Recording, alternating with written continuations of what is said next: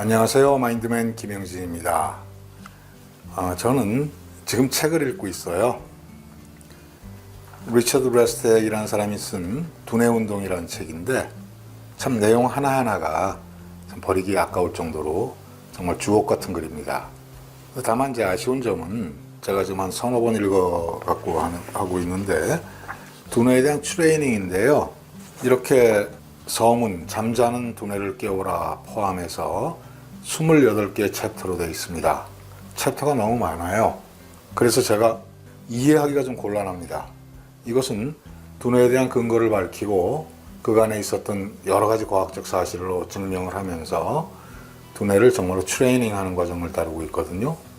그래서 많은 분들에게 도움이 될 것 같은데 이렇게 주제가 많다 보니까 저는 제 나름대로 어떤 카테고리화를 시키려고 그래요. 구조화 시키려고 그러는데 가령 두뇌 구조, 또 두뇌 좌우 뇌에 대한 반구에 대한 기능, 또 뭐 기억, 뭐 등등 해갖고 이분의 그 정교한 트레이닝을 해치지 않는 범위 내에서 이것을 해보려고 합니다.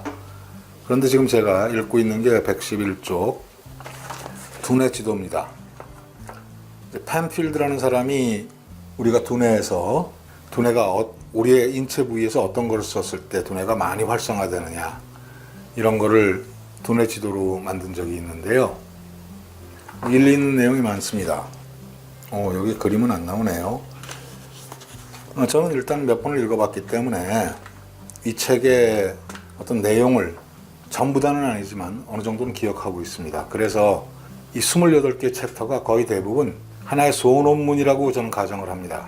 그렇게 되면 소논문은 이렇게 시작 부분에서 문제를 제기를 하고 이것의 끝 부분에서 제기한 문제에 어떤 결론을 내리고 있다라고 저는 보고 있습니다. 그래서 저는 시작 부분에 약 2문단 또 끝나는 부분에 약 2문단 정도를 읽고 그것을 카테고리화 하려고 합니다. 가령 두뇌 지도는 과연 무엇인가? 예를 들어서 저런 거랑 같습니다. 소나 말, 전부 다 동물이란 부류 안에 속하죠. 그렇지만 좀 더 우리가 잘 이해를 하려고 그러면 소나 개구리나 뱀이랑 다른 것처럼 포유류와 파충류 같은 이런 카테고리를 만들고 싶다는 겁니다. 그렇게 됐을 때 어떤 두뇌의 기능, 두뇌의 구조, 또 두뇌의 사고력, 기억력, 이해력, 집중력 이런 것으로 구분할 수 있지 않을까 생각을 합니다. 그래서 집중력 기르기, 기억 잘하기 등등으로. 그래서 저는 제가 지금 읽고 있는 방식이 일단 읽어봤던 것이고 또 대체적으로 이런 소논문들은 시작 부분에서 문제를 제기를 하고 그 중간에서 본론을 펼치면서 그 본론에서 여러 가지 반론도 나오고 하면서 전개를 하다가 끝부분에서 결론을 낸다는 가정하에서 첫 부분과 끝부분을 읽고 있습니다. 그러면서 저는 제 마인드맵에 그 분류를 좀 만들어 나가고 있습니다. 이런 독서 방법이 어떠실지 모르겠네요. 이 깊어가는 가을에 정말 좋은 책, 내 걸로 만들기 한번 해보시지 않겠습니까? 이 책의 크기는 잘 모릅니다. 제가 인쇄를 잘 모르기 때문에 국배판 이런 걸 잘 모르는데 대체로 한 줄에 우리나라 말로 한글로 25자 정도가 들어있네요. 25 곱하기 21줄 정도가 됩니다. 그러면 25 곱하기 21, 525죠.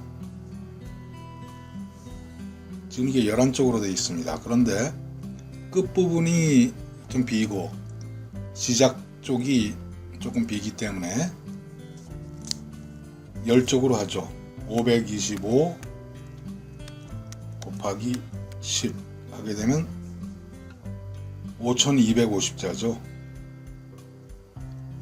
이 정도면 10쪽에 비해서는 그렇게 자수가 적은 게 아닙니다. 상당히 많은 분량이에요. 이 정도면 소논문 약 3개 정도의 규격입니다. 소논문 하나가 1500자 정도 되고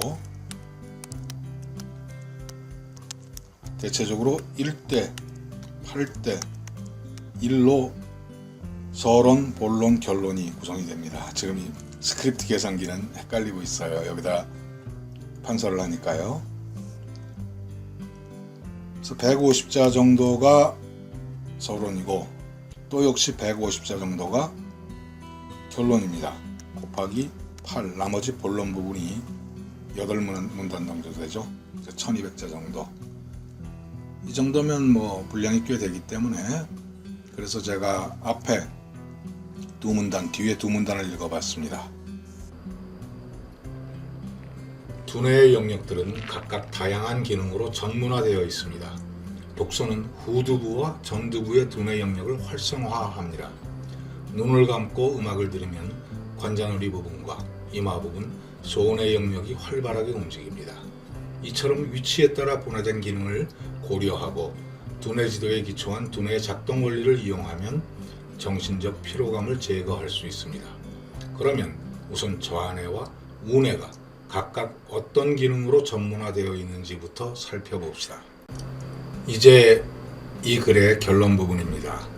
이 모든 훈련들은 두뇌의 활동을 방해하는 인공적 장애물을 해체한다는 공통된 목적을 갖습니다.